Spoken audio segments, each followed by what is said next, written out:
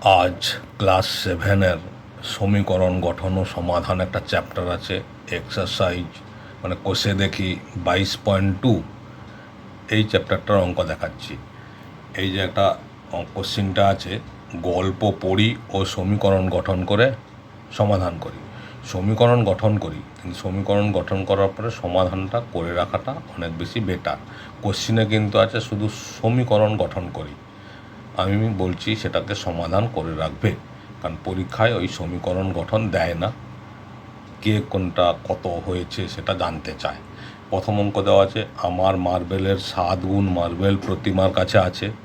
প্রতিমার কাছে 42টি মার্বেল আছে। এবার আমি কোশ্চিনটা যোগ করে দিচ্ছি, আমার কাছে কটি মার্বেল আছে। তাহলে আমাকে প্রথমেই কী করতে হবে, ধরে নিতে হবে, ধরি আমার কাছে এক্সটি মার্বেল আছে। তাহলে প্রতিমার কাছে কটা আছে, প্রতিমার কাছে বলছে আমার 7 গুণ। তাহলে অতএব প্রতিমার কাছে আছে 7xt। এবার বলছে সমীকরণ গঠন করি, তাহলে শর্তানুসারে, যেটাকে আমরা ইংরেজিতে ATP লিখি, অ্যাকর্ডিং টু প্রবলেম, মানে শর্তানুসারে। তাহলে 7x সমান হচ্ছে 42টি, কারণ প্রতিমার কাছে 7x আছে। এবার বলা আছে কোশ্চিনে প্রতিমার কাছে 42টি মার্বেল আছে, তাহলে 7x মানে 42। তাহলে x মানে কত হবে, 42/7, 6টি। তাহলে x বেরিয়েছে, তাহলে আমার তো মার্বেল ছিল xটি, অতএব উত্তরটা তাহলে কী হবে, লিখতে হবে আমার কাছে 6টি মার্বেল আছে, ঠিক আছে, আর প্রতিমার কাছে 42টা আছে, এটা তো বলাই আছে। তাহলে এটাই হচ্ছে আমাদের অ্যান্সার।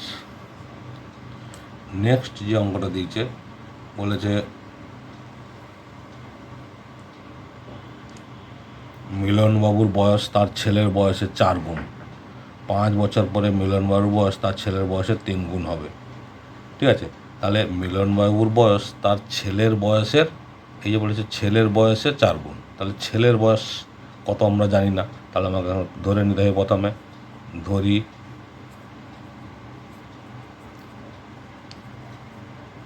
ছেলের বয়স সমান x বছর।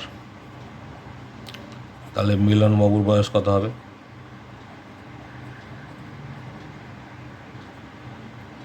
ছেলের বয়সের 4 গুণ, তাহলে 4 গুণ 4 ইন্টু এক্স সমান হচ্ছে 4x। এবার বলছে 5 বছর পর তাদের বয়স, 5 বছর পর মিলনবাবুর বয়স তার ছেলের বয়সের 3 গুণ।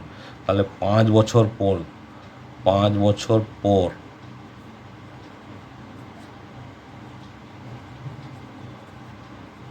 মিলনবাবুর বয়স আরও 5 বছর বেড়ে যাবে, 5 বছর পর বলেছে, তাহলে ছিল কত, 4x প্লাস তার সঙ্গে 5 যোগ হবে, আর 5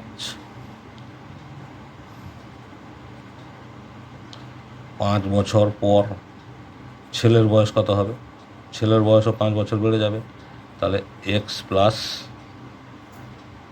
5, ঠিক আছে। এবার 5 বছর পর মিলনবাবুর বয়স তার ছেলের বয়সের 3 গুণ হবে, তাহলে শর্তানুসারে আমরা কী লিখব, ATP মানে শর্তানুসারে, মানে অ্যাকর্ডিং টু প্রবলেম, ATP। তাহলে বলেছে মিলনবাবুর বয়স তার ছেলের বয়সের 3 গুণ হবে, তাহলে 3 ইন্টু তার ছেলের বয়স কত ছিল, x প্লাস 5, এই যে x প্লাস 5, ঠিক আছে। এইটা কোশ্চিনে চেয়েছে, আমি বলছি সমাধানটা করে রাখবে। তাহলে এটা যেমন আমি যদি সমাধান করি, তাহলে কী হবে, 4x plus 5 equal to 3x plus 15, or তাহলে 4x মাইনাস 3x সমান 3x ছিল, মানে প্লাস 3x ছিল, তাহলে 15 মাইনাস 5। তাহলে এরপরে কী হবে, 4x মাইনাস 3x মানে x ইজিক্যাল টু 15 মাইনাস 5, 10। তাহলে x সমান 10, মানে ছেলের বয়স হচ্ছে 10 বছর। এটা উত্তর হলো। অতএব মিলনবাবুর বয়স তাহলে কত হবে,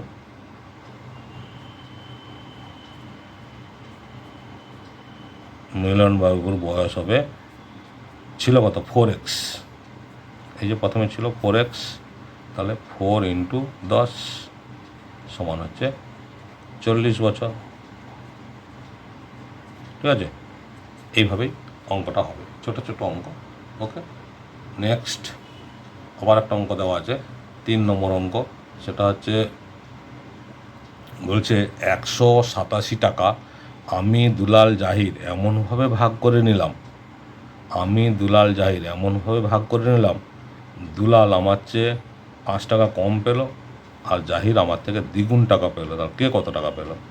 তাহলে এই যে বলেছে এমনভাবে ভাগ করে নিলাম, দুলাল আমার চেয়ে 5 টাকা কম পেল, তাহলে আমি কত পেয়েছি সেটা আগে ধরে নিতে হবে। তাহলে প্রথমেই লিখব ধরি আমি নিলাম সমান x টাকা। তাহলে দুলাল কত পাবে? দুলাল নিল x - 5, ওই যে বলেছে আমার চেয়ে 5 টাকা কম পেয়েছে মানে -5। আর জাহির পাবে মানে জাহির নিল হচ্ছে কত, আমার টাকা দ্বিগুণ নিল বা পেল লিখতে পারো, জাহির পেল আমার টাকা দ্বিগুণ, মানে আমার টাকা ছিল x, তাহলে 2 × x সমান হচ্ছে 2x। ঠিক আছে, এবার শর্তানুসারে সমীকরণ গঠন করতে হবে। তার মানে সেই আমার কথায় ATP অ্যাকর্ডিং টু প্রবলেম, মানে শর্তানুসারে এই তিনজনের মোট টাকাটা সমান 187 টাকা। তাহলে x + x - 5 + 2x, এটা আমি, এটা হচ্ছে দুলাল আর এটা হচ্ছে জাহির, মিলে কত 187 টাকা। তাহলে এইটাকে যখন আমরা সমাধান করব, ওই যে 2x 3x 4x = 187 প্লাস -5 ছিল, ওই পাশে গেল +5। ওকে, এটা -5, তাহলে পাশে হলো +5। তাহলে 4x সমান 192, 87 5 92। তাহলে x সমান কত হচ্ছে 192/4, 4 × 4 = 16, 3 4 × 8 = 32 সমান হচ্ছে 48 টাকা। তাহলে এই যে 48 টাকা হলো, এটা আমি পেলাম। তাহলে অ্যান্সারটা আমরা কী লিখব? অ্যান্সার আমি 48 টাকা পেলাম। তারপরে দুলাল কত পাবে? এই 48 টাকা থেকে 5 টাকা কম পাবে, কারণ আমার থেকে 5 টাকা কম পেয়েছিল, 43 টাকা। আর জাহির কত পাবে? 2x টাকা, তার মানে 2 × 48, কারণ আমি x টাকা ছিল 48, 2 × 8 = 16 মানে 96। এইটা হচ্ছে অ্যান্সার। ওকে, তাহলে আশা করছি তোমরা বুঝতে পেরেছ অঙ্কটা। নেক্সট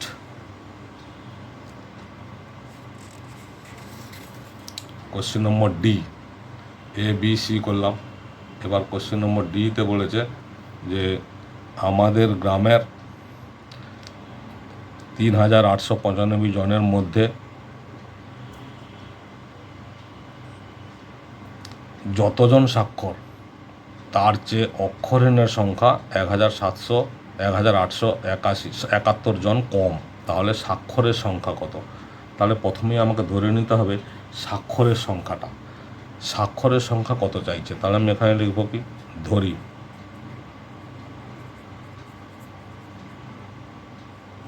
স্বাক্ষরের সংখ্যা সমান হচ্ছে x। তাহলে অক্ষরহীনের সংখ্যা কত হবে? অক্ষরহীন মানে স্বাক্ষরহীন, অক্ষরহীনের সংখ্যা তাহলে কত হবে? ছিল 3895 জন, তা থেকে x কম হবে, তাহলে 3895 - x। ঠিক আছে, এবার বলেছে যতজন স্বাক্ষর তার চেয়ে অক্ষরহীনের সংখ্যা এত কম, তাহলে স্বাক্ষরের সংখ্যা কত? তাহলে ATP অক্ষরহীনের সংখ্যা এত কম বলেছে, তাহলে শর্তটা কী হবে? শর্তটা হবে স্বাক্ষরের সংখ্যা ছিল এক্স, অক্ষরহীনের সংখ্যা হচ্ছে 3895 মাইনাস এক্স, এইটা ইজিক্যাল টু কী হবে, ইজিক্যাল টু 1871। এটাই হচ্ছে অক্ষরহীনের সংখ্যা, মানে এটা বিয়োগ করলে যেটা হবে সেটা কম ছিল, মানে এটা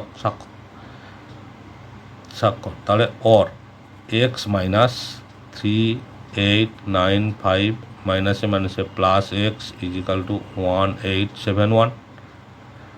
তাহলে 2x ইজিক্যাল টু 1871 প্লাস 3895। তাহলে এক্স ইজিক্যাল টু এপাশেরটাকে যোগ করে নিই, 5 1 6, 9 7 16 6, হাতে 1, 8 8 16 17 7, হাতে 1, 3 1 4 আর 1 5 বাই 2। ঠিক আছে, তাহলে এটা 2 দিয়ে কাটবে, 2 2 গুণে 4, কত থাকলো 1 17, 2 8 16, 1 6, 2 8 16, 2 3 6, তাহলে উত্তর হয়ে গেল 2883 এত জন। তাহলে স্বাক্ষরের সংখ্যা হচ্ছে এতজন, এটাই অ্যান্সার। ক্লিয়ার? নেক্সট ডির পরে ইতে আছে কোনো সংখ্যাকে 12 দিয়ে গুণ করে তা থেকে 48 বিয়োগ করলে বিয়োগফল মূল সংখ্যাটির এত অংশ হবে।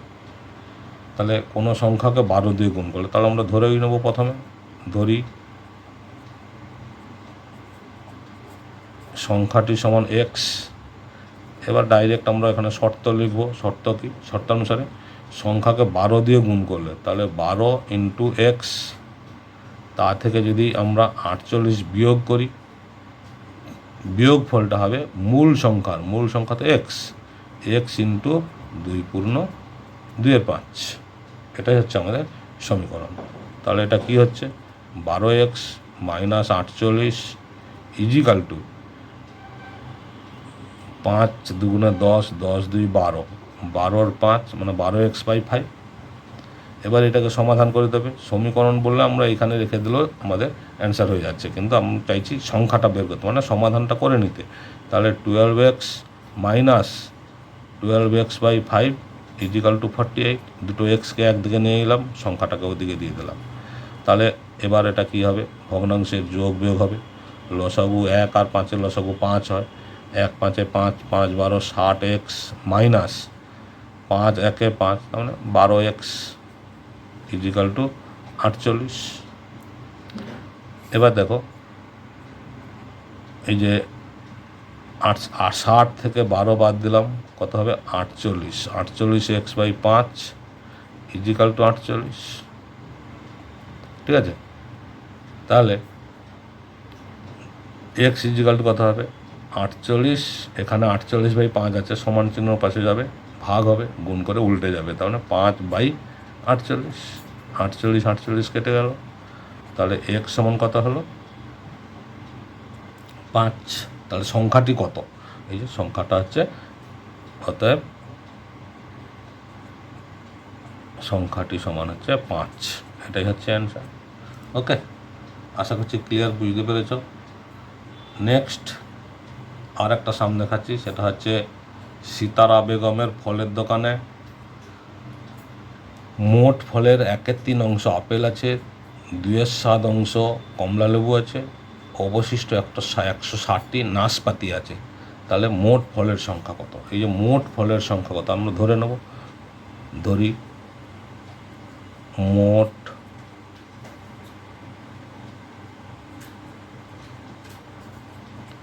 ফলের সংখ্যা সমান এক্স। মোট ফলের 1/3 অংশ আপেল আছে, তাহলে আমরা লিখব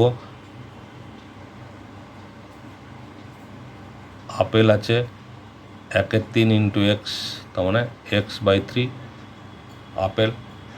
তারপরে আছে কমলা লেবু, কমলা লেবু আছে 2/7 অংশ, তাহলে ঠিক একইভাবে 2/7 ইন্টু এক্স, 2x/7। আর বাকি ফল নাশপাতি 160টা আছে।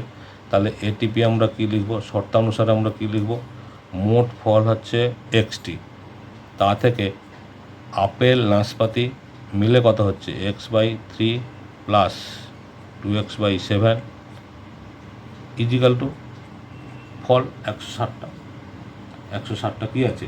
আপেল আছে, আর নাশপাতি আছে। তাহলে বাকি যে ফলগুলো ছিল সেটা বাদ দিলে অবশিষ্ট 160টি নাশপাতি আছে। তাহলে এটাকে সমাধান করবো আমরা। X minus x/3 minus 2x/7 is equal to 160। Okay, or এখানে 1, তার মানে এটাকে আমরা কী করে নেবো? এলসিএম করে নেবো। 7 আর 3 এলসিএম করলে 21 হয়। ওকে, তাহলে 121, 1কে 21 দিয়ে ভাগ করলে 21 হয়। তাহলে 21x minus 3 7 21, 7x minus 7 3 21, 3 2 6x is equal to 160। ঠিক আছে, 160। ওর যোগ বিয়োগটা করলে কী হবে? 21 থেকে 7 বাদ দিলে 14, 14 থেকে 6 বাদ দিলে 8। তাহলে 8x/21, 8x/21 ইজিক্যাল টু 160। ঠিক একইভাবে আমি করে নিচ্ছি or x equal to 160 into 8/21 ছিল, তাহলে 21/8, 8 দিয়ে 20। তাহলে এটা গুণ করলে কত হচ্ছে? 0 2 1 2, 2 2 4, 420টি। তাহলে মোট ফল ছিল কত? 420টি। মোট ফলের সংখ্যা কত এটা জানতে চাইছে, 420টি। তাহলে এটাই হচ্ছে আমাদের অ্যান্সার। ওকে, তাহলে আশা করছি বোঝাতে পেরেছি। ভালো লাগলে লাইক কমেন্ট শেয়ার করো, সাবস্ক্রাইব করে রাখো। অল বটমে ক্লিক করলে আমার সমস্ত ভিডিও পেয়ে যাবে। ওকে।